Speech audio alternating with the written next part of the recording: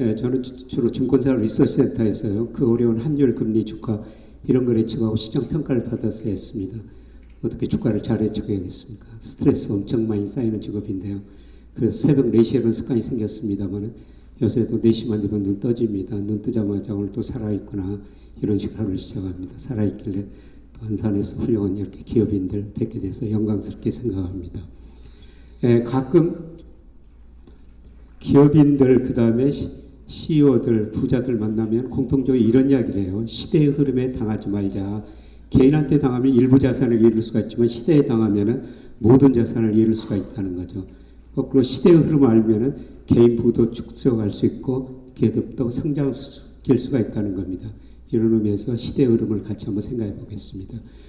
특히 안산 상공회에서 요새 좀 미중 관계가 복잡하니까요. 미중 관계 중심으로 좀 이야기해 달라 이런 부탁을 받았습니다. 지금 둘이 싸우고 있는데요. 앞으로도 계속 싸울 것이다. 이런 말씀을 드리겠습니다. 그러는 가운데 세계 경제는 앞으로 5년 뭐 급격한 위기는 아니지만 과거 평균보다 낮은 성장을 할 수밖에 없고요. 그리고 미국의 대내 불균형이 심화됐으니까 장기적으로 달러 가치가 하락할 것이다. 그리고 단기적 순환으로 보면 우리 경제 내년에 좀 회복됩니다. 그러나 구조적으로 잠재 성장률 지금 2% 안팎으로 저성장 국면에 들어서고 있다는 겁니다. 좀 멀리 내다보면 금리도 하락할 것이다. 이런 말씀을 드리고요. 이런 안에서 우리 기업들이 어떻게 대응할지 그 시적인 측면에서 좀 생각해 보겠습니다. 여러분, 미중 패권 전쟁의 본질이 뭡니까? 한마디로 중국이 너무 빨리 커지고 있는 거예요. 2001년 중국이 세계 무역기구 WTO에 가입했죠. 그때 중국 GDP가 세계에서 차지하는 비율이 4%였어요. 그런데 작년 보니까 무려 18%로 올라가 버렸지 않습니까? 대신 미국 비중은 31%에서 24%로 떨어져 버린 겁니다. 중국은 커지고 미국은 상대적으로 축소되고 특히 중국 GDP가 작년에 미국 GDP의 70%를 넘어서 버렸어요. 그래서 미국 입장에서는 중국이 너무 이렇게 커지니까 중국을 때릴 수밖에 없다. 이게 미중 패권 전쟁의 본질이라고 볼 수가 있습니다. 그리고 미국이 장기적으로 어려워져요. 여러분이 미중 패권 전쟁의 본질을 좀 이야기해서는요. 하버드 대학 그램 앨리슨 교수가 쓴 애정된 전쟁이라는 책이 있습니다. 부제가 미중이 투키디스 함정에서 벗어날 수 있을 것인가 그거는 시나리오를 제시했는데요. 그동안 무역전쟁을 했는데 조만간 금융전쟁을 하고 나중에 무역전쟁까지 갈 수 있다. 이런 거 비관적인 시나리오고요. 그 다음에 경제적 측면에서 최근에 에일대 스티븐 도치 교수가 굉장히 큰 충돌이 일어날 수 있다. 이런 책을 냈는데요.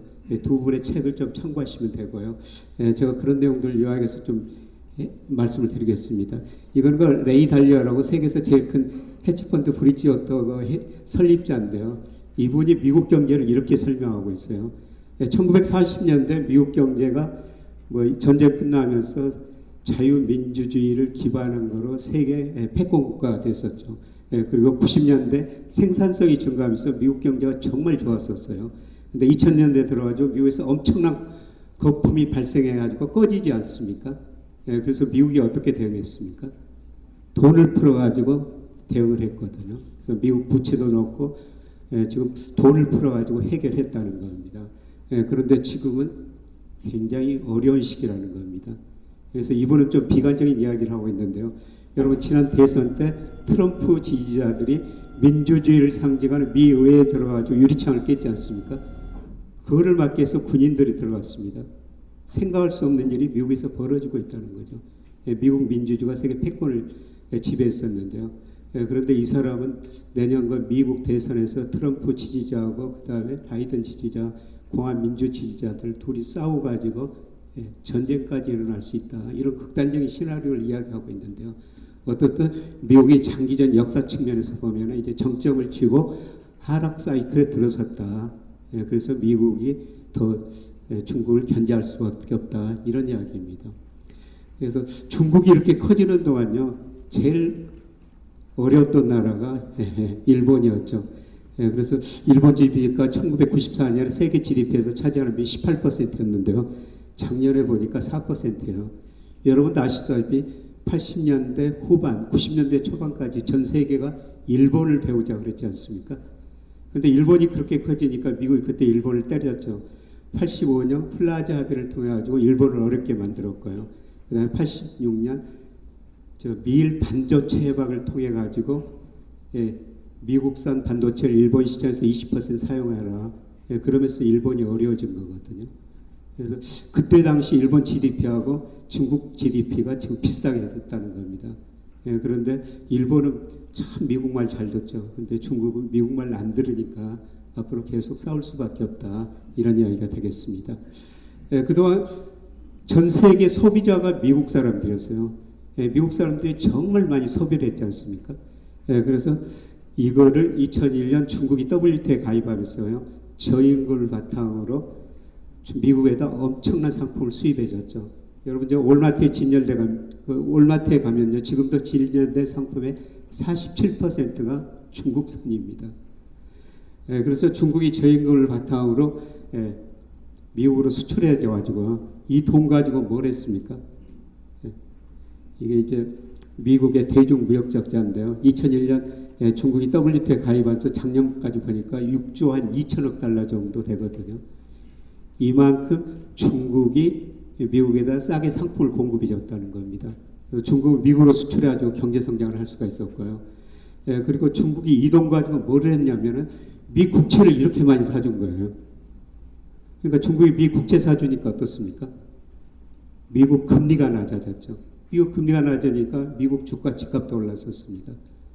그래서 중국은 미국으로 수출해가지고 9 내지 10% 경제 성장을 했고요. 그 다음에 미국 소비자 입장에서는 중국이 상품도 싸게 공급해주고 국채 사줘가지고 금리도 낮으니까 집값도 주가도 올랐었죠. 그래서 미국은 금융시장이 이렇게 굉장히 빠른 속도로 회복된 거예요. 중국은 실물 경제 중심으로 성장했고 미국은 금융시장 중심으로 이렇게 자산가격이 많이 올라가지고 소비를 할 수가 있었습니다. 그런데 문제는 이제 중국이 너무 커지니까 미국이 중국하고 전쟁을 할 수밖에 없다. 그런 이야기인데요. 그런데 세계 이제 체계가 조금씩 변하고 있다는 겁니다. 그동안 달러가 뭐였었습니까? 편리함의 상징이었어요. 안정성의 상징이죠. 그런데 가만히 보니까 미국이 미운 나라에 대해서는 달러를 사용 못하게 하거든요. 그래서 대표적으로 북한 달러 사용할 수 없죠. 이란 사용할 수 없죠. 그 다음에 최근에는 러시아 우크라이나 침공하면서 러시아도 달러를 사용할 수 없지 않게 되겠습니까? 그래서 미국 눈에 벗어나면 달러 시스템에서 퇴출될 수가 있겠구나. 그래가지고 세계가 과거보다는 달러를 덜 사용하고 있습니다. 그래서 이제 대표적으로 나선 게 중국이 미국을 본받고 있거든요. 여러분 얼마 전에 브라질 그 대통령이 중국을 방문했죠. 그래서 중국 방문하면서 무슨 이야기를 했습니까? 왜 우리가 세계 무역 거래에서 달러만 사용해야 되는지 밤새 생각해봐도 답이 안 나오더라. 그래서 앞으로 어떻습니까? 중국하고 브라질 무역 거래에서는 위안을 사용하든지 브라질 헤알을 사용하겠다. 이런 식으로 나갔지 않습니까? 물론 전 세계 중국과 무역 거래에서 중국 위안화 비중이 한 3%밖에 안 돼요. 그런데 중국이요 49%를 올 상반기 보니까 자기네 위안화로 거래하고 있습니다. 무역 거래에서. 여러분 여기서 중국으로 수출하는 기업도 많이 계실 텐데요. 앞으로 여러분이 중국으로 수출하면서 위안화를 받는 시대가 조만간 도래할 거라는 겁니다. 문제는 이제 미국이 수입해가지고 그 달러를 받고 그 중국 돈이 미국 금융시장으로 들어왔는데요. 그러면 우리가 그 중국으로 수출하고 브라질에서 중국으로 수출해가지고 돈을 받지 않습니까? 그 돈 가지고 중국으로 다시 들어가야 될 텐데요. 그러려면 중국의 금융시장을 개방할 수밖에 없습니다. 그래서 앞으로 중국이 금융시장을 서서히 개방할 겁니다. 그래서 이런 식으로 갈수록 세계에서 달러 거래 비중은 줄어들고 위안화 비중은 늘어날 것이다. 이렇게 보고 있습니다. 아까 그레엄 앨리슨 교수가 그 애정전 전쟁에서 미국 중 관계가 무역 전쟁에서 금융 전쟁으로 가지고 무력 전쟁으로 갈 것이다. 이런 시나리오를 제시했는데요. 이게 이제 금융 전쟁 시나리오예요. 중국이 이 달러라는 기축통화를 보면서 정말 부러워하고 있습니다. 100달러를 지폐를 찍어내는데요. 적게는 20센트, 많게는 40센트 비용이 들어간다는 겁니다. 중국이 미국을 보기에 20센트, 40센트 비용을 들여가지고요. 그 돈 가지고 자기네 나라에서 옷도 사오고 신발도 사오고 심지어는 무기 생산해가지고 세계 경찰 노릇을 하더라는 거죠. 그게 기축통화예요. 중국의 장기적인 꿈은 위안화 국제화를 포함한 위안화의 국제화예요. 덩사오핑 시장을 개방하면서 이런 이야기를 했습니다. 창문을 열면은 신선한 공기가 많이 들어오지만 파리도 들어온다. 그렇죠. 우리가 어떤 의사결정을 하고 행동을 했을 때 긍정적, 부정적 양면 효과가 있죠. 근데 긍정적 효과가 더 크다면 우리가 그 일을 현실로 옮기지 않습니까? 이게 앨리슨 교수가 시작하는 금융전쟁입니다. 아까 중국이 미 국채를 많이 사놨다고 그랬지만 지금도 계속 줄이고 있거든요.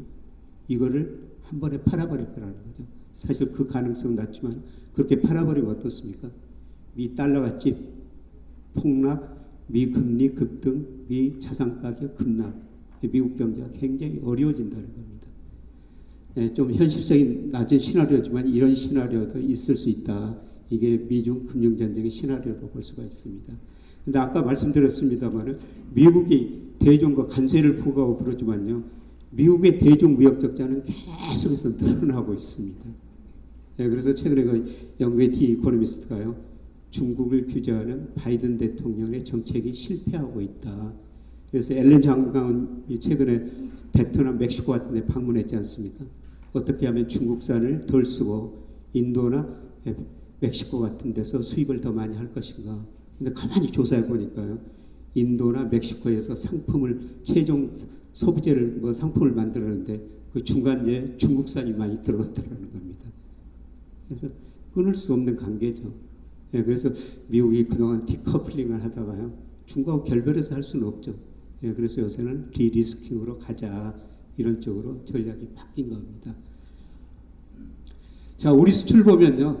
그동안 중국 비중이 굉장히 많이 늘어났습니다. 2000년 10%에서 2018년에 27%까지 늘어났어요. 근데 최근에 중국 경제 어려우니까 거의 20%로 줄어들었고요. 미국 비중 많이 축소되다가 최근에 미국 비중 올랐었습니다.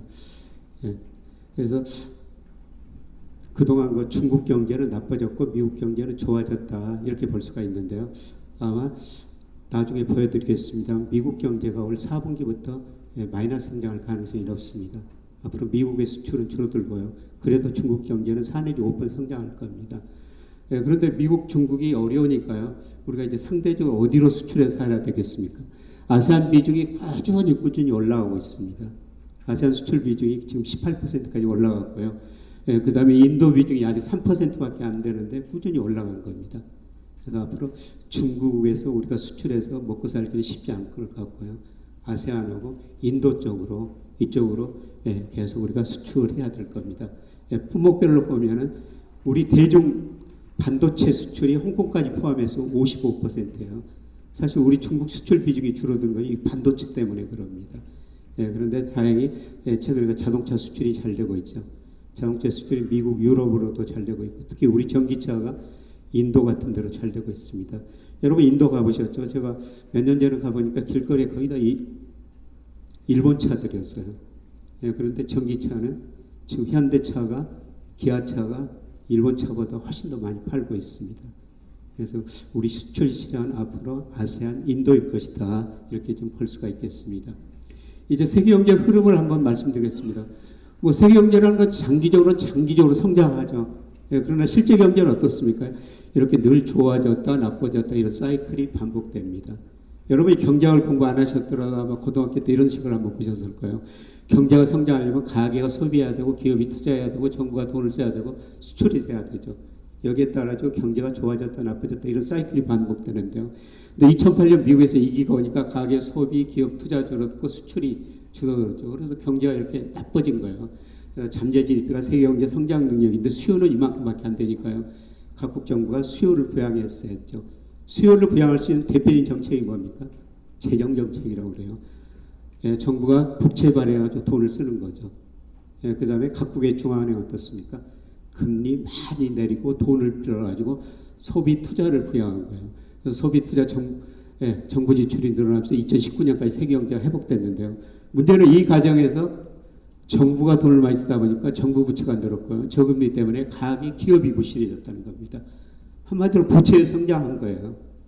그래서 제가 2019년에 또 색을 쓰면서 2020년 어려워질 것이다 이런 말씀을 드렸는데 코로나가 가지고 또 소비, 투자, 수출이 줄어드니까 경제가 급격히 나빠졌지 않습니까? 그러니까 어떻습니까? 또 정부가 돈을 쓰고 중앙은 돈을 풀었던 거예요.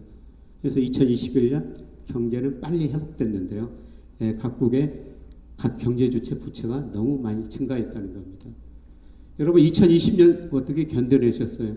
2020년 세계 경제가 마이너스 2.8% 성장했습니다. 세계 경제가 마이너스 2.8% 성장한 거는요.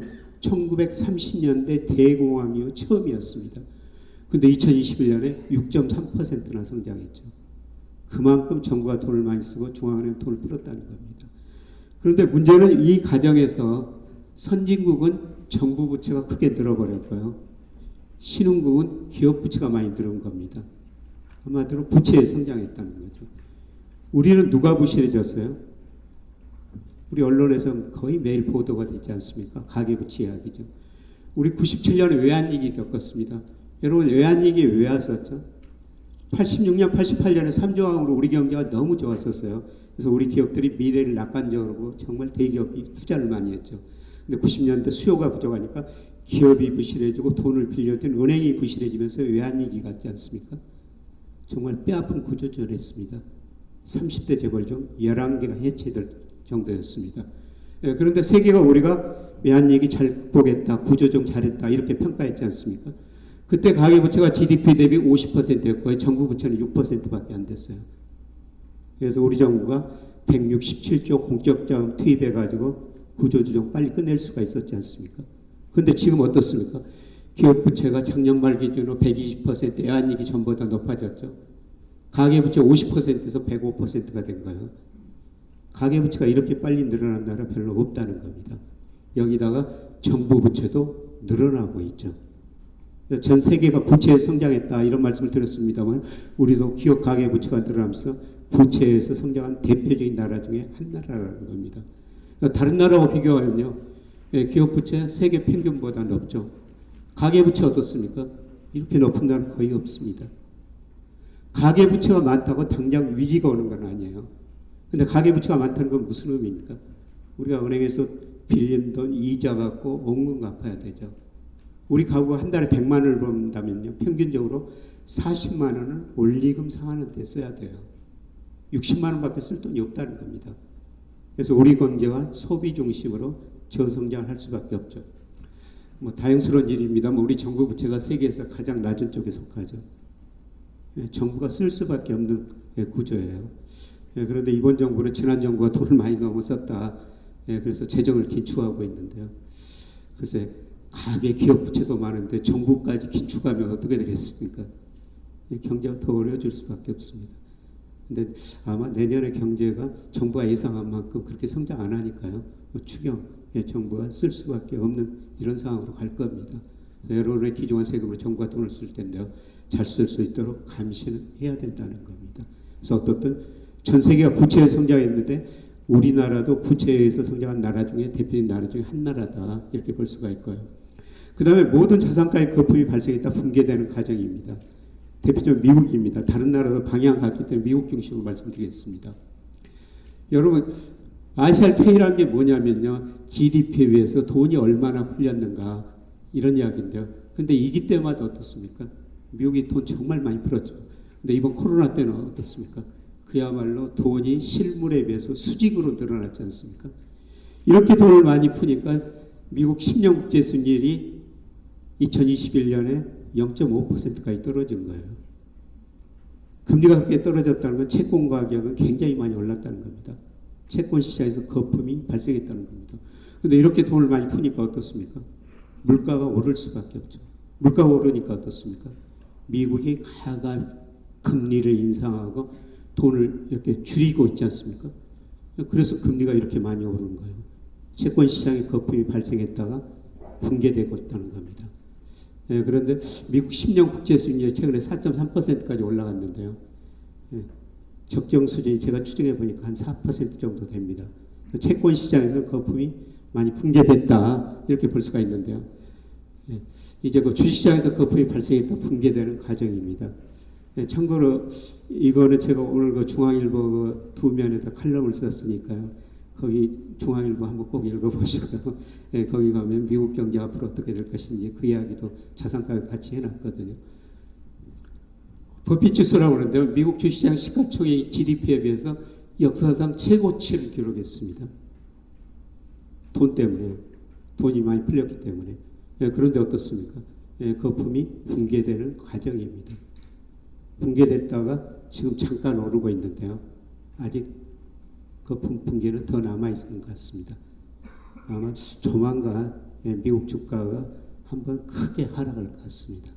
그래서 주식시장에서는 거품이 발생했다가 지금 붕괴되는 과정이다. 이렇게 볼 수가 있고요. 이제 남은 게 주택시장이에요. 여러분 2008년 미국의 위기가 왜 왔습니까? 미국 집값이 2000년부터 2006년까지 한 2배 올랐어요. 집값이 오르니까 미국 가게가 돈 빌려가지고 집을 샀죠. 집값이 오른다고 또 돈 빌려 소비를 많이 늘렸습니다. 금융회사들은 집을 담보로 빌려준 돈 가지고 다양한 파생상품을 만들어 팔았는데요. 이 집값이 급락하니까 가게가 부실해지고 미국 금융회사들이 부실해지면서 미국 위기가 왔거든요. 예, 그런데 그때보다도 집값이 물가에 비해서 소득에 비해서 렌트에 비해서 더 거품이 발생했다는 겁니다. 꺼지는 저는 초기라고 생각하고 있어요. 그래서 전 세계가 부채에 성장했고 모든 자산가에 거품이 발생했다. 붕괴되는 과정이다. 이런 게 금리만 낮고 경기만 좋으면 지탱할 수가 있죠. 근데 미국 물가 상승이 최근에 낮아지고 있습니다만은 미국 연준의 통화정책 목표가 물가 2%예요. 작년 한때 9%까지 올라간 겁니다. 물가가 이렇게 오르는데 금리 안 올릴 수가 있었어요. 금리 얼마나 빨리 올렸습니까? 0.25%에서 올 7월에 5.5%까지 올려버린 겁니다. 이렇게 금리 올리는데 부채 문제, 자산가의 거품 문제 드러날 수밖에 없는 것이죠. 아마 4분기부터 미국 경제가 마이너스 성장하면서 금리 인상 사이클은 마무리는 된 것 같습니다. 그래서 아마 내년 상반기부터는 금리를 인하할 텐데요. 지금 금리를 오르니까 조만간 미국 소비가 줄어들고 부동산 가격 떨어지고 미국 경제가 침체에 빠질 수가 있을 거라는 겁니다. 여기다 경기도 나빠지고 있어요. 여러분이 뭐 사업 계획 같은 거 세우실 때요. 특히 주식 투자하신 분들은 꼭 선행지수를 보셔야 됩니다. 선행지수는 앞으로 경기를 예고해주는 지표예요. OECD에서 각국 선행지수 발표하는데요. 우리 선행지수가 2021년 5월에 정점을 치고 떨어졌어요.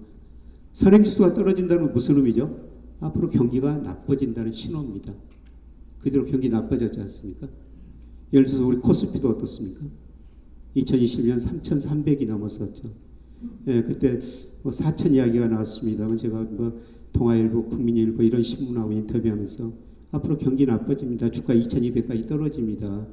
예, 이런 거 인터뷰를 해서 가지고 욕을 정말 많이 얻어먹었죠. 4,400 간다는데 2,200 이야기하니까요. 예, 조회 건수는 100만 건이 넘었다고 그랬습니다만 댓글이 다 욕이었었습니다. 이런 미친 친구가 어디가 있냐는 것이죠. 예, 그런데 주가 그 밑으로 떨어졌지 않습니까?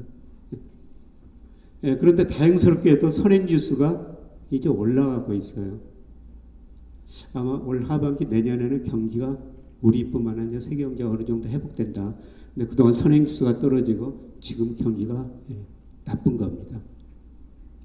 그래서 전 세계가 부채 성장했고 모든 자산가의 거품이 발생했는데 금리도 오르고 경기도 나빠지니까 두 가지 문제가 드러나면서 현재 경제가 어려워진 거예요. 내년부터는 조금 회복될 텐데요. 그런데 과거처럼 급격한 회복이 여러분 기대하시면 안 됩니다. 영국의 디 이코노미스트는 경제 주간지 제가 인용한 그림인데요. 다음 경기 침체가 오는데 쓸만한 무기가 별로 없다는 겁니다. 2008년, 2020년 경제 위기가 올 때마다 어떻게 극복했죠? 정부가 돈을 정말 많이 쓰고 중앙은행은 돈을 너무 많이 풀었다는 겁니다. 그래서 위기를 극복했는데요.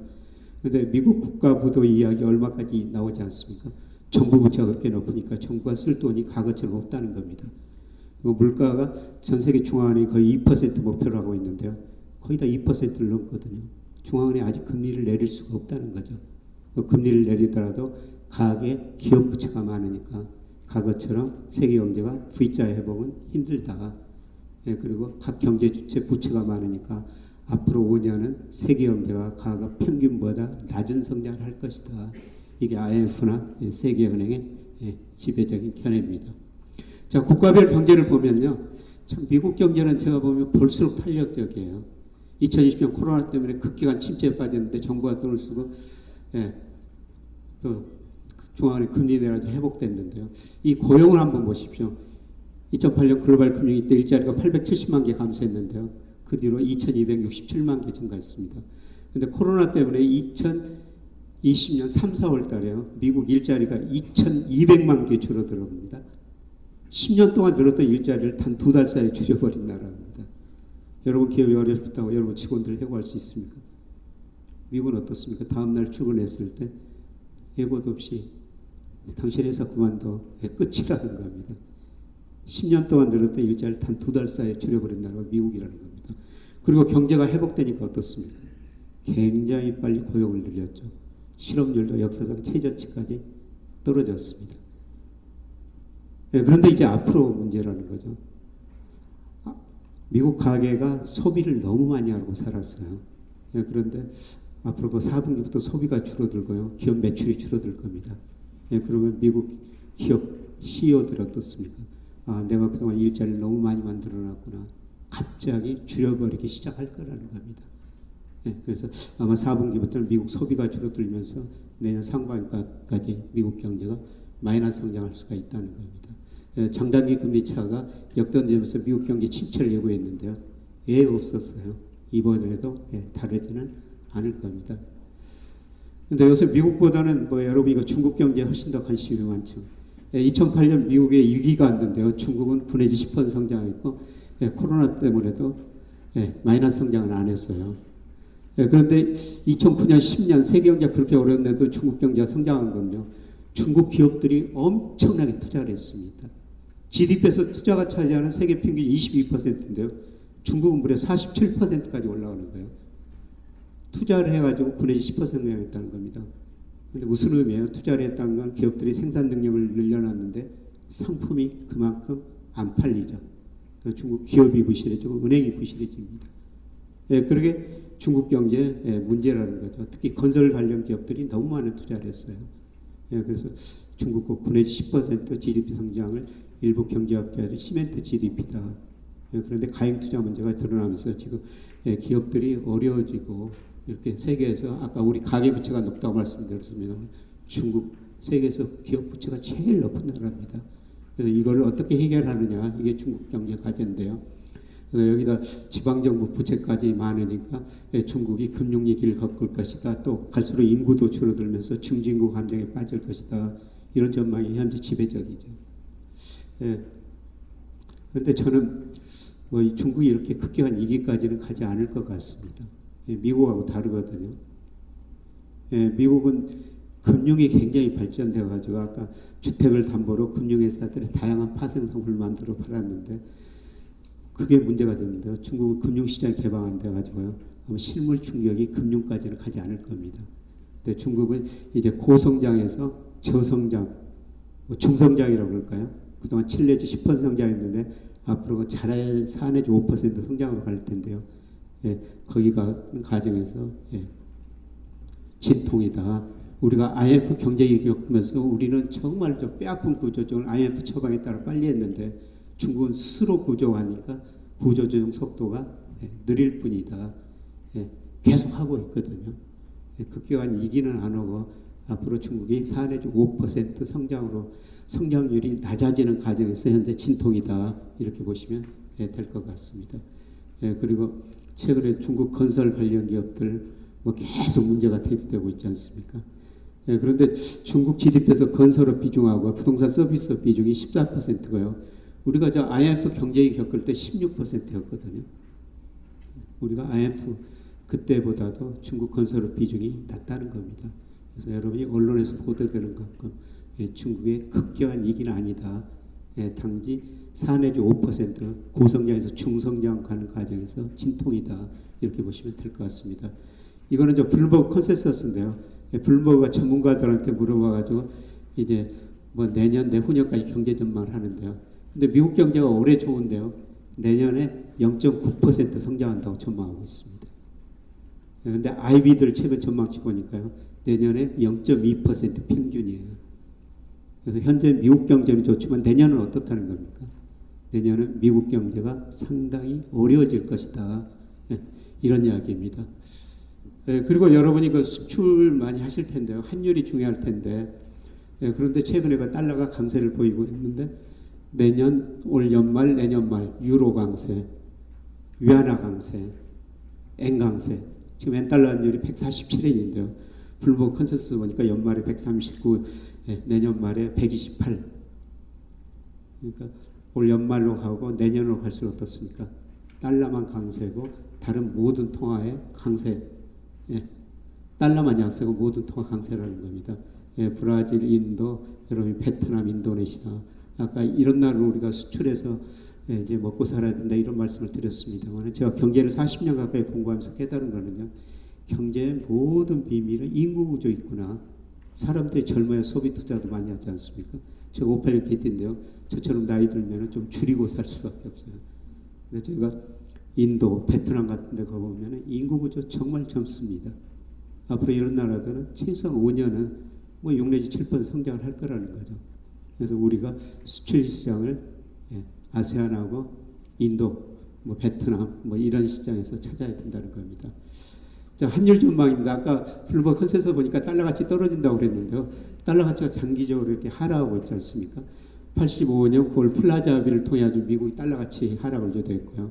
그 다음에 2000년 미국의 IT 거품이 붕괴되면서 미국 GDP가 31%에서 세계 비중이 21%까지 떨어지면서 달러 가치가 떨어졌습니다. 달러 가치 작년에 많이 올랐는데요. 떨어지고 있지 않습니까? 최근에 떨어지다가 약간 반등한 거예요. IMF가 2028년까지 세계 경제 전망을 했는데요. 세계 경제에서 2028년까지 미국 비중 축소입니다. 그건 무슨 의미겠어요? 앞으로 5년 동안 달러 가치가 하락할 거라는 겁니다. 정도의 차이라는 겁니다. 미국의 문제는 미국의 대순부채가 너무 많다는 거죠. 약 7조 달러 순부채를 주고 있는데 미국이 이걸 어떻게 견디고 있습니까? 작년에 바이든 대통령이 우리나라에 가지고 어디 먼저 갔어요? 삼성전자 갔습니다. 나갈 때 현대차 갔어요. 미국 가서도 SK하고 통화했지 않습니까? 왜 그렇습니까? 투자 좀 해달라는 겁니다. 그리고 우리 국민연금 한 60%를 미국 주식에 투자하고 있습니다. 우리 국민들도 그렇게 많이 투자하고 있거든요. 그런 돈이 들어가지고 미국이 견디는 거예요. 직접 투자나 증권 투자 자금이 안 들어가면요. 미국이 굉장히 어려워질 수가 있다는 겁니다. 그래서 최근에 앨런 재무장관이 중국과 가지고 아까 중국이 미 국채 지금 계속 줄이고 있다고 그랬습니다만 그 국채 좀 팔지 말라 그렇게 부탁했다는 겁니다. 여러분 2011년에요. 미국의 연방정부 부채 대순부채가 늘어난다고 S&P라는 신용평가회사가 미국 국가 신용등급 떨어뜨렸죠. 최근에 피치가 또 떨어뜨렸습니다. 조만간 무디스가 떨어뜨릴 거예요. 대부채, 연방정부 저렇게 부채가 높은데 떨어뜨리는 건 당연하죠. 전 세계가 과거처럼 달러를 못 믿어하고 있어요. 중앙은행이 외환을 보유하고 있는데 2000년에 달러 비중이 71%였습니다. 근데 작년에 달러 가치가 올랐는데 58%로 줄어들었습니다. 과거처럼 전 세계 중앙은행이 미국 경제, 미국 달러를 못 믿겠다. 이런 식으로 보면은 달러 가치는 장기적으로 하락할 수밖에 없습니다. 문제는 우리 환율인데요. 지금 환율이 뭐 1330원까지 올랐죠. 여기서 좀 더 이달에는 더 오를 것 같습니다. 그런데 장기적으로 보면은 달러 가치가 하락하면 상대적으로 어떻습니까? 원화 가치는 오를 수밖에 없죠. 근데 세계 경제가 불안하면요. 우리 돈 가치가 항상 세계에서 제일 많이 떨어져 버려요. 왜 그렇습니까? 우리가 수출 의존도가 높은 나라죠. 우리 GDP에서 수출이 차지하는 비중이 작년 기준으로 45%예요. 세계 경제가 불안하면 수출이 많은 한국 경제가 제일 어려워질 것이다. 그래서 우리 돈 가치가 많이 떨어져 버립니다. 근데 세계 경제 안정되면 어떻습니까? 제자리 돌아온다는 것입니다. 그래서 내년에는 세계 경제가 어느 정도 안정되고 환율이 떨어질 겁니다. 아마 저는 2년 이내에 환율이 한 1150원까지는 떨어질 것이다. 이렇게 보고 있습니다. 이제 우리 경제인데요. 우리 정부 한 번에 1.4% 올해 예상하는데 그것보다는 조금 더 올해는 낮을 것 같습니다. 근데 내년에는 2% 안팎은 회복될 거라는 겁니다. 근데 우리 경제 구조적인 문제점은요, 이 잠재 성장이 계속 떨어지고 있다는 거죠. 잠재 성장은 노동, 자본, 생산성을 고려했을 때 우리 경제가 성장할 수 있는 능력인데요. 지금 1% 후반에 진입하고 있는 과정입니다. 주로 노동이 감소하기 때문입니다. 예. 우리 노동 인구가 계속 감소하고 인구 자체도 줄어들고 있지 않습니까? 예. 인구 문제 심각하죠. 오죽하면 영국의 옥스퍼드 이코노믹스에서는 지구상에서 가장 빨리 사라질 나라가 한국이다. 예, 그런 이야기가 나오지 않습니까? 예, 그리고 우리 대기업들이 자본 수당 많이 축적했기 때문에 크게 증가할 가능성이 낮고요. 우리 잠재 성장이 올라가려면 생산성이 증가해야 되는데 생산성 하루아침에 증가할 수 없는 거라는 겁니다. 여러분 지난 정부 총리, 이번 정부 총리도 뭐라고 그럽니까? 사회적 대탁을 통해 가지고 우리 생산성 한번 개선해보자. 지난 정부 총리가 여러 경제단체 모아놓고 국무총리실에서 우리 사회적 대탁을 한번 해보자. 한 경제단체가 그 안에서는 하자고 그랬는데 밖에 나오니까 조합원들이 반대합니다. 한 번 하고 끝냈어요. 이번 정부 총리도 지명받았을 때 제일 먼저 나온 이야기가 뭡니까? 우리 총 요소 생산성 한번 개선해보자. 그것만이 우리 잠재 성장을 올릴 수 있는 유일한 방법이라는 거죠. 하루아침에 안 올라간다는 거죠.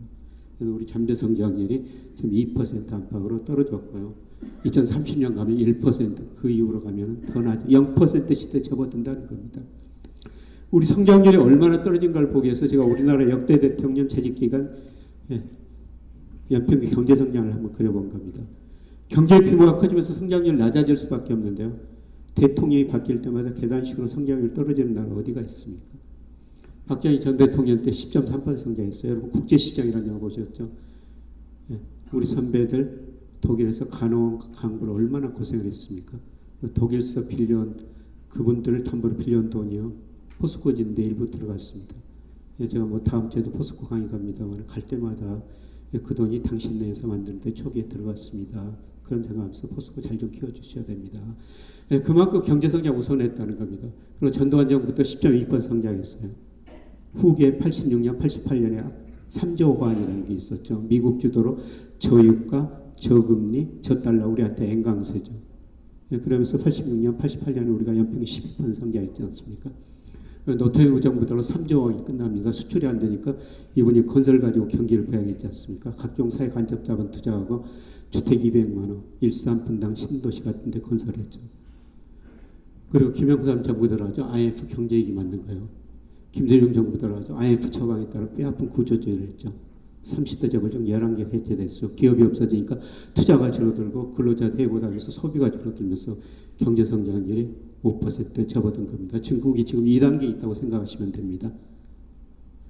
질적성장, 안정성장 국면에 들어섰다. 그런 긍정적인 평가도 있었습니다. 구조적 결과가 양극화 고용 불안이었어요. 그래서 노무현 전 대통령이 이런 문제를 해결하기 위해서 뭐 지방 균형 발전, 그 다음에 분배복지, 동반성장 이런 걸 내세웠죠. 크게 개선된 건 없습니다.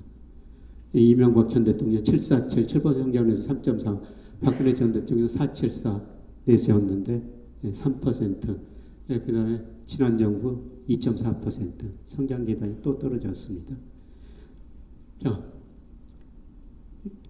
여러분 윤석열 대통령 연설 같은 거 들어봤죠? 제일 많이 나온 단어가 자유입니다.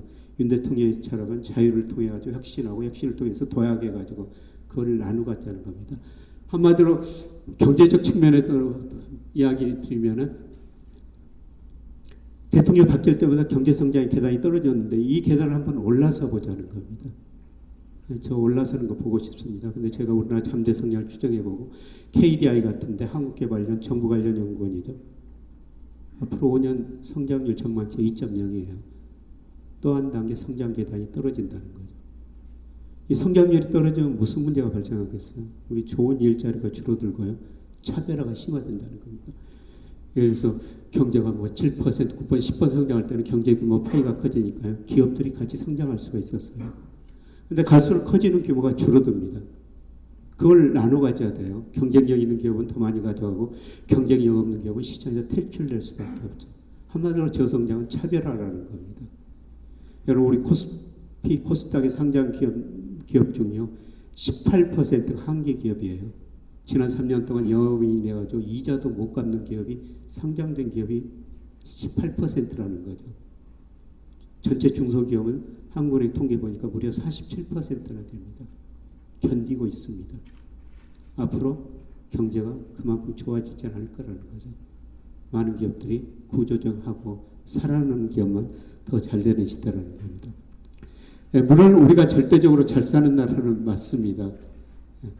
제가 58 KT인데요. 제가 태어날 때 1인당 국민소득 60달러고 초등학교 졸업, 중학교 갈 무렵에 1인당 국민소득이 한 300달러였어요. 부끄러운 인생 이야기지만 저 초등학교 졸업하고 중학교 못 갔습니다. 등록금이 없어가지고 산에 나무하러 다녔어요.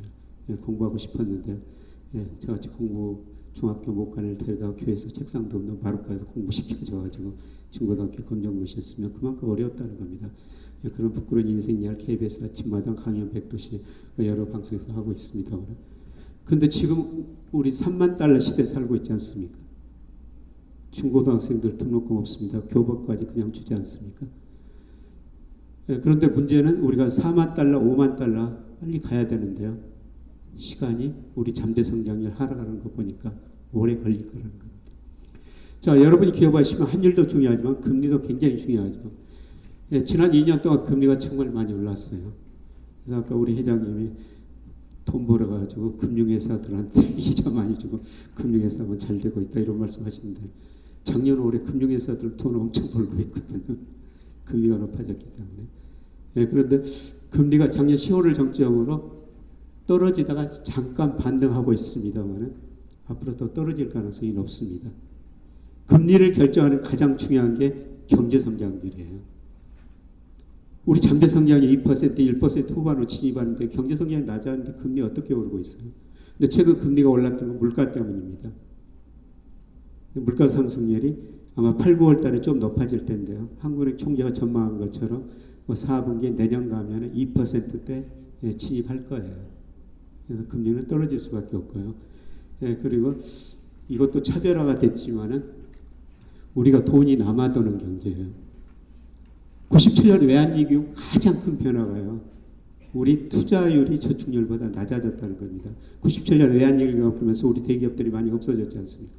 야, 이제 가행 투자했다는 기업이 없어질 수는 있겠구나. 그래서 외환위기 가장 큰 변화가 우리 기업들이 투자를 상대적으로 적게 하면서요. 투자가 저축보다 낮아졌어요. 저축이라는 게 돈의 공급입니다. 투자라는 게 돈의 수요예요. 저축이 투자보다 높으니까 돈이 남아도는 경제죠. 물론 이것도 차별화예요. 우리나라 대기업들이 가지고 있는 현금성 자산이 지난 3월 말에 현재 908조 원입니다. 전체적으로 돈이 남아도는 경제라는 거죠. 물론 그 중소기업들 어려울 수도 있습니다만 전체적으로 돈이 남아도는 경제고요. 그 다음에 일본의 사례인데요. 가계라는 건 자금 잉여 주체라고 그래요. 가계라는 건 금융회사에 저축한 돈이 빌려 쓴 돈가 많습니다. 그런데 기업이 자금 부족 주체인데요. 일본 기업들이 98년부터 자금 잉여 주체로 전환이 되어버립니다. 기업이 금융회사에 빌려 쓴 돈보다 저축한 돈이 많아져 버렸다는 거죠. 가계도 저축, 기업도 저축. 그럼 은행 돈을 어디다 써야 되겠어요? 대출이 안 되니까 그걸 유가증권 투자를 합니다. 유가증권이라는 게 주식이 아니면 채권인데요. 은행이 위험하다고 주식 안 사고 이렇게 채권만 삽니다. 일본이 우리보다 경제성장이 먼저 떨어졌죠. 저축이 투자보다 많은 상태죠. 돈이 남아도는 경제에서요. 일본 은행들이 이렇게 채권 사니까 일본 금리가 0%까지 떨어지는 거예요. 자, 우리 가계부채 높지만은 그래도 매년 보면은 금융회사 저축한 돈이 빌려 쓴 돈보다 많아요. 우리 기업 자금 부채 부족 규모가 커졌습니다. 작년에 올해 경제가 굉장히 어렵다 하니까 우리 대기업들이 이익 낸 것 투자 안 하고 현금으로 가지고 있고요.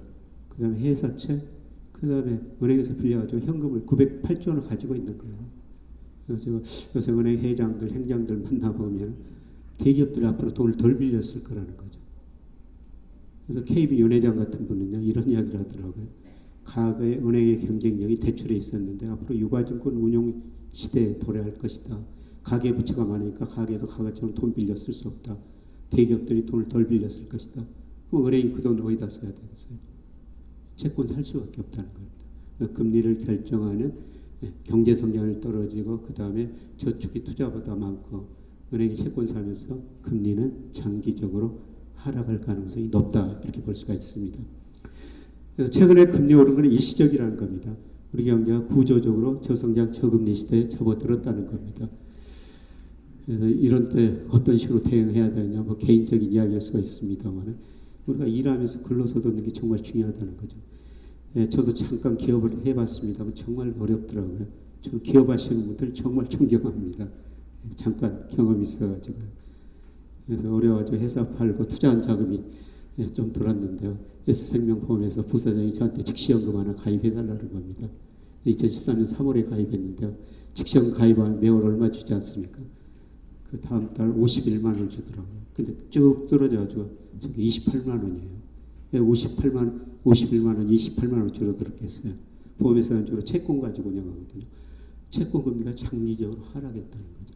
근데 무슨 의미예요? 제가 지금 어떤 일을 가지고 한 달에 28만 원 벌면은 30만 원 벌면 금융자산 2억 가지고 있는 거는 똑같은 현금 흐름이라는 거죠.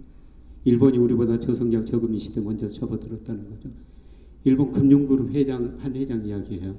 일본식 저성장 저금리 시대 대처법 불행한 일이지만 늙어 죽기 전까지 일해라. 음식 가리지 말고 아무거나 잘 먹어라. 우리 100세까지 일해야 된다는 거죠. 건강관리 잘 하셔야 된다는 겁니다.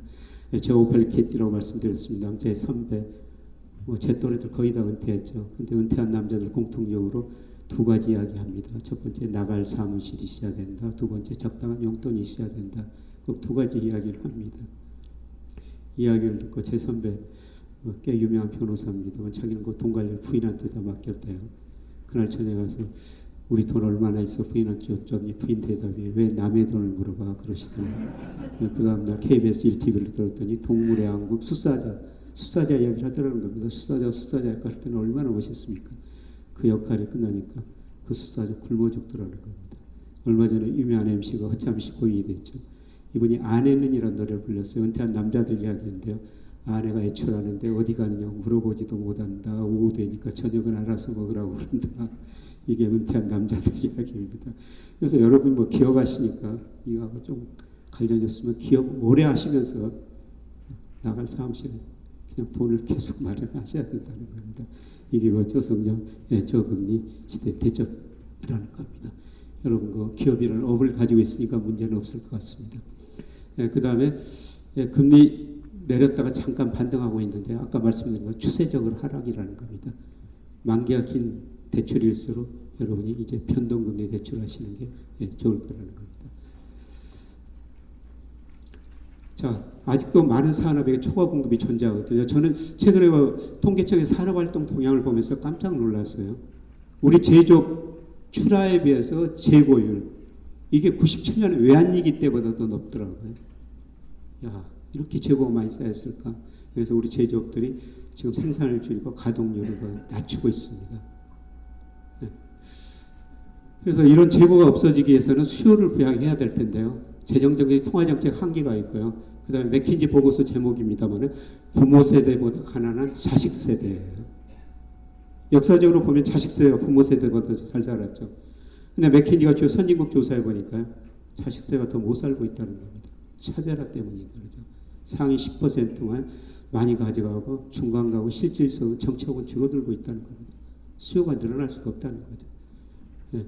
그러려면 어때야 되겠어요? 공급 측면에서 구조조정을 할 수밖에 없다는 겁니다. 산업에 심화합니다. 산업은 존재하지만 그 산업 내에 존재하는 기업은 갈수록 줄어들 거라는 겁니다. 예. 좋은 말로 구조조정이죠. 아까 우리 상장된 기업 중 18%가 한계 기업이라고 말씀드렸습니다. 구조조정 할 수밖에 없다는 겁니다. 네, 물론 여기서 이제 살아남는 기업은 더 잘 되겠죠. 근데 경영학자들이 이런 얘기를 하고 있습니다. 네, 어려울수록 자기가 잘하는 분야는 더 많은 투자를 하라는 겁니다. 네, 제가 올해 그 삼성전자 강의를 많이 갔고요. 또 다음 주에도 계속 삼성전자 강의합니다. 한번 분야가 굉장히 많거든요. 이렇게 1층에 들어갔더니 불을 절반을 꺼놨어요. 비용 전략한다는 겁니다. 밖에서 그렇게 하는데 안에 들어가면 비용 전략 얼마나 하겠어요. 근데 중요한 거는 삼성전자가 예정된 투자를 전부 하고 있더라고요. 계열사한테 빌려가지고 투자도 하고 있어요. 그러면서 올 4분기 내년 가서 반도체 경기 회복될 텐데 삼성전자 잘 되겠구나 이런 생각이 들었었습니다. 그 다음에 산업 흐름에 따라 양성경을 하고요. 그 다음에 기업 가치 지금 앞으로도 더 싸질 겁니다. 좋은 기업 사셔야 되고요. 그다음에 아까 말씀드렸습니다만 아세안, 인도 같은 시장 우리가 적극적으로 활용해야 된다는 겁니다. 경영학자들이 여성의 그 참신한 아이디어를 활용해라 이런 이야기도 있는데 이거 미국 경영학자도 미국 기업 실증적으로 분석해 보니까요.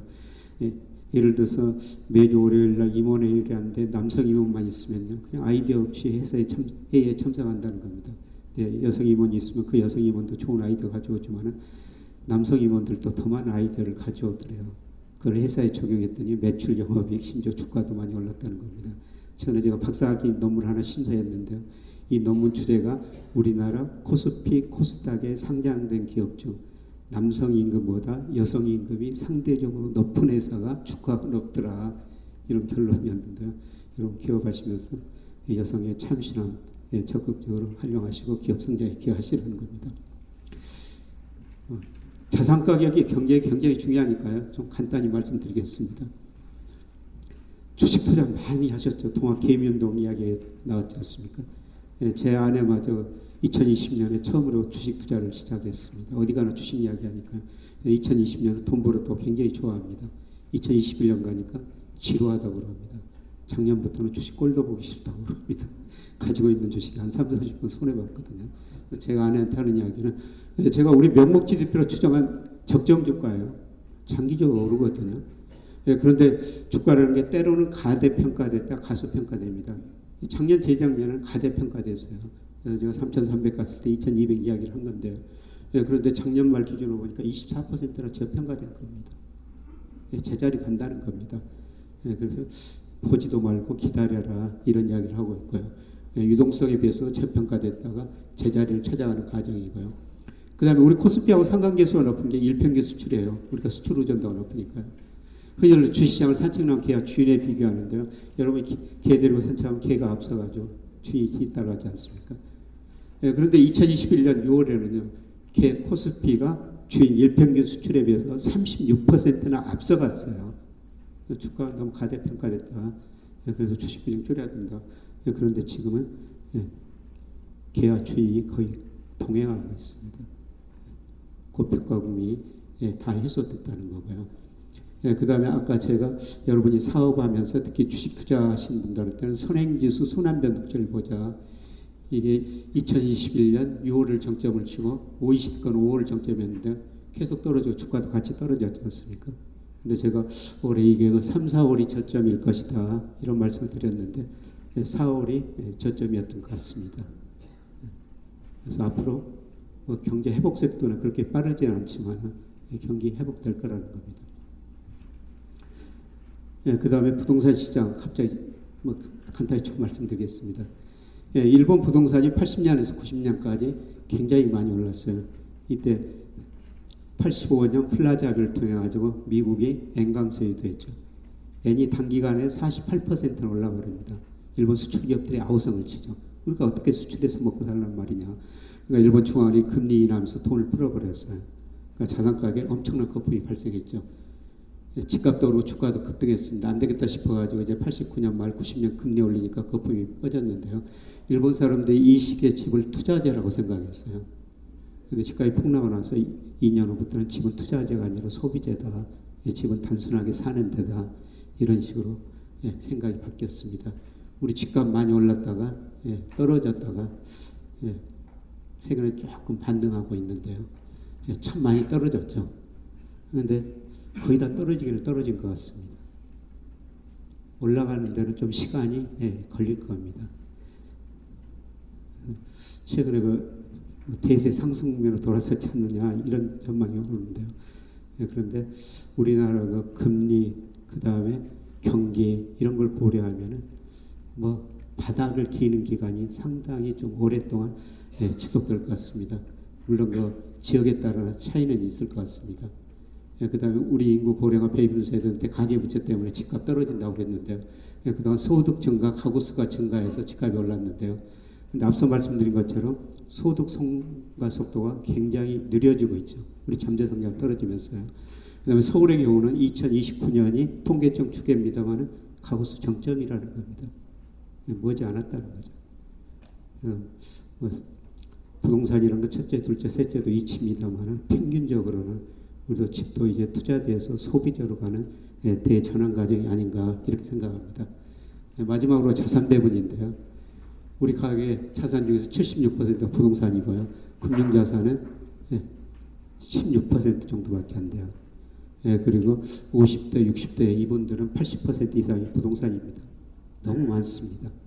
저는 어쩔 수 없는 현실입니다. 우리 어르신들이 집 하나 가지고 은퇴하는데 그것도 유동화해야 된다는 거죠. 좋은 제도가 있지 않습니까? 주택연금 제도입니다. 그게 뭡니까? 은행에다 집을 맡기면 그냥 돌아가실 때까지 매월 돈을 주는 거거든요. 굉장히 저는 바람직한 제도고요. 어르신들한테 이 제도 활용하라고 권유하고 있습니다. 근데 최근에 주택연금 가입자가 굉장히 많이 늘었더라고요. 앞으로 장기적으로 집값이 떨어진다고 그러니까 집값이 떨어지면 어떻습니까? 매월 받는 돈이 줄어들기 때문에 좀 많이 미리서 가입했다는 겁니다. 자산 배분인데요. 우리 가계가 가지고 있는 금융자산이 지난 3월 말에 이제 5천조가 넘었어요. 그런데 최근에 작년 올 1분기까지는 은행으로 돈이 많이 몰렸습니다. 왜냐하면 은행금리 5% 주니까요. 저도 은행에 제 금융자산 10% 가입했는데요. 제가 은행 가입한 거는 우리 경제 여건 따지니까 제가 얼마 살지는 모르겠습니다만 앞으로 제가 살아있는 동안 은행이 5% 금리를 주는 시대가 있을 것인가. 확률적으로 굉장히 낮다는 거죠. 그래서 은행에 가입했는데요. 마치 그 은행에서 그 얼마 후에 강의 회장, 행장들 모여서 강의 한번 해달라고 그러더라고요. 그래서 제가 이런 질문을 남겨놨어요. 제가 당신네 은행한테 5년짜리 4.5% 대금을 들었는데 5년 후에는 제가 예측하면 금리가 1 내지 2% 떨어질 텐데 당신들이 어떤 식으로 운영해가지고 그 돈을 저한테 내줄 수 있는지 궁금하다. 우리 경제여건 보면은 장기적으로 금리가 하락할 가능성이 높다는 겁니다. 그리고 주식 비중이 그 동학개미 운동할 때 23%까지 올라갔는데요. 최근에 많이 떨어졌었어요. 올해는 주가가 반등해가 좀 오르고 있습니다만 저는 이런 측면에서 조금 아쉽다는 생각이 들어요. 동학개미 운동할 때는 우리 저 명목 GDP 일평균 수출 유동성에 비해서 우리 코스피가 20-30% 가대평가됐었습니다. 이렇게 가대평가될 때는 우리가 주식시장에 그렇게 적극적으로 참여했는데 지금 주가가 저평가의 영역이 있는데 왜 이런 식의 주식시장을 좀 멀리하느냐 이런 생각이 가끔 들어요. 최근에 우리가 주식시장도 조금 관심을 가지셔야 된다는 겁니다. 제가 드린 말씀은요. 최근에 금리 올랐지만은 일시적인 현상이다. 우리가 잠재 성장률이 앞으로 2%, 1%로 진입하고 있는 과정이다. 우리가 구조적으로 저성장, 저금리 시대에 접어들었다. 그리고 자산가격 측면에서는 채권 시장 거품이 다 붕괴됐고요. 미국 같은 데는 이제 부동산 시장이 거품 붕괴되는 초기다. 주식 시장은 미국은 한 번 더 남아 있는데 우리는 좀 미리서 떨어졌기 때문에 우리 주가는 저평가됐다. 주식 비중이 좀 너무 낮은 건 조금 아쉽다. 주식시장에 좀 관심을 가지셔야 된다. 이런 말씀을 드리고요. 이제 질문 받도록 하겠습니다. 네, 질문 받도록 하겠습니다. 질문 있으신 분은 손을 들어주시면 마이크를 드리겠습니다.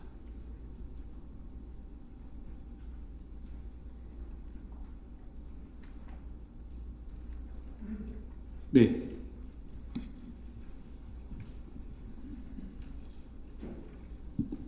오늘 강연 말씀 잘 들었고요.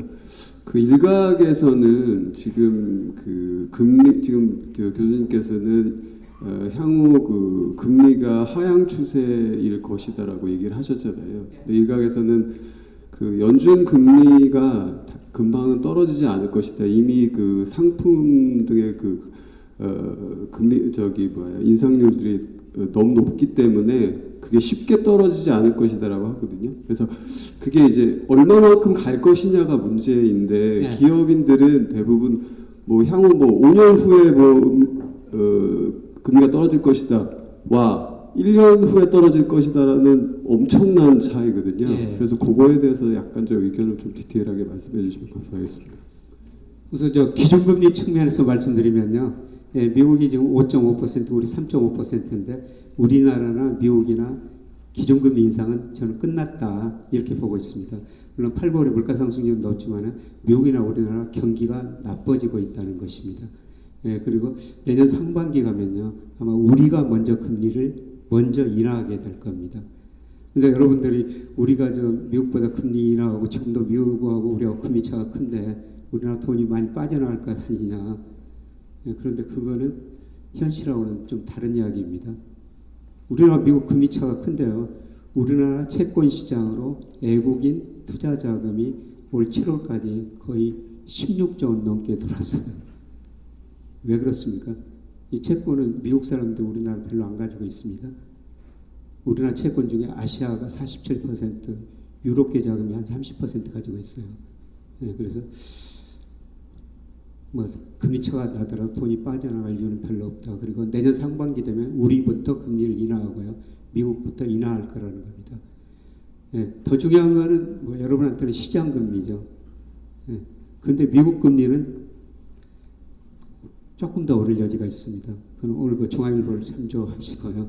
예, 미국은 지금 채권은 정부가 많이 발행해야 되는데 사줄 여력이 별로 없거든요. 예, 그런데 우리나라 10년 국채 수익률은 작년에 10월 달에 4.8%였었어요. 근데 최근에 뭐 3.2% 떨어졌다가 지금 4%까지 올라갔는데요. 지금이 거의 정점인 것 같습니다. 앞서 말씀드렸습니다. 금리를 결정하는 경제 성장률 떨어지고 있고 특히 물가 상승률이 내년 가면 2%대로 낮아질 거라는 겁니다. 그래서 우리 금리, 시장 금리는 거의 정점에 와 있는 것 같고요. 4분기 내년 가면서 계속 하락 추세가 이어질 것이다. 이게 장기적으로 하락 추세다. 4분기 내년 가면서 금리 많이 떨어질 거라고 보고 있습니다. 다른 질문 있으신가요? 네, 또 질문 있으실까요? 저희가 사전에 주식회사 미래 FNC 최종원 대표님께서 사전 질문을 주셨는데요. 오늘 아까 교수님 강의하신 내용들은 다 있었던 것 같습니다. 예. 네, 더 질문 없으시면 뭐 개인적인 질문 있으시면요, 뭐 제 자료에다가 이메일 주소 적어놨고요. 그리고 개인적으로도 저한테 전화 주시면은 제가 아는 것, 성실껏 답변 드리도록 하겠습니다. 그리고 제가 잠깐 그 기업했다고 말씀드렸습니다만, 저는 기업하시는 분들 정말 존경합니다. 저희 학생들 좀 일자리도 좀 많이 만들어 주시고요. 여러분 기업 더 성장하시기 바랍니다. 귀한 시간 내주셔서 정말 고맙습니다. 네. 오늘 강의 감사합니다. 제가 기업하시는 분들한테도 제가 말씀드리고 싶은 게 다른 게 아니고요. 그 부동산 주택 문제하고 구조조정이 예상이 된다고 저는 생각을 하거든요. 제가 딴 데 가서도 세미나 많이 받고 그랬었는데 지금 우리나라 부동산이 정점 찍었거든요. 한 2, 3년 전에. 왜냐면 인구 비례해 가지고서 우리나라 인구가 지금 줄고 있거든요. 지금 쉽게 얘기해서 서울도 벌써 1000만이 깨졌죠. 경기도 같은 경우는 1000만이 넘었고, 모든 인구 비례해 가지고서 우리나라 부동산 소유량이라든가 그게 정점을 벌써 찍었고, 또 사업 문제로 나갔을 적에는 지금 저 소득으로 인해 가지고 이제 성장할 수 있는 걸 본다 그러면 제일 무한 게 이제 구조조정이 되는데 내년 가서 구조조정이 더 심해지지 않을까 이렇게 생각하는데 그 문제점에서 좀 어떤지요? 부동산하고 구조조정 문제. 예, 부동산은 제가 저성장은 아까 차별화시다고 말씀드렸습니다. 그래서 부동산도 마찬가지일 거예요.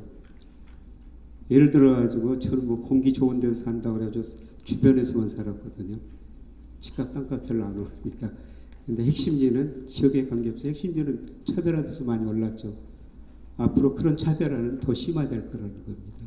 예, 그런데 전체적으로는 제가 집이 그 투자재가 아니라 소비재로 가는 대전환의 과정이다. 사장님이 말씀하신 거는 인구 줄어들고 있죠. 가구 수 줄어들고 있죠. 우리 집값을 결정하는 소득 증가 속도 굉장히 둔화됩니다. 여러분 지난 2분기에 우리 실질 가구 소득이요. 전년 동기 대비 3.8%나 감소했어요. 이제 소득이 감소하는 시대도 올 수가 있다는 겁니다. 이런 걸 고려하면 전체적으로는 저는 부동산가에 조금 오르기 힘들다고 보고 있는데 이것도 차별하다. 저성장은 차별화 시대다. 이런 말씀을 드리고 싶고요. 그다음에 구조조정은 사실 이번 달에 뭐 2기가 온다, 2기설 많이 대두되고 있지 않습니까? 만기 연장했는데 이번 달에 그 영세 자영업자들 만기가 다 돌아오니까 이걸 연장 안 해주면 굉장히 힘들죠. 그래서 지금 부동산 PF도 문제가 되고 이런 거 이기소리 돌고 있는데요. 그 정도 극단적인 침체는 아닙니다. 그런데 경기가 좋아져야지 지금 이제 한계 기업들 버틸 수가 있는 거 아닙니까? 내년 경제가 성장한다 그러니까 2% 정도 됩니다. 그것 가지고는 모든 기업들이 같이 살 수는 없다는 거죠. 결국 시장에 의해서 저는 많은 기업들이 내년에 구조조정을 할 수밖에 없다고 생각하고 있습니다.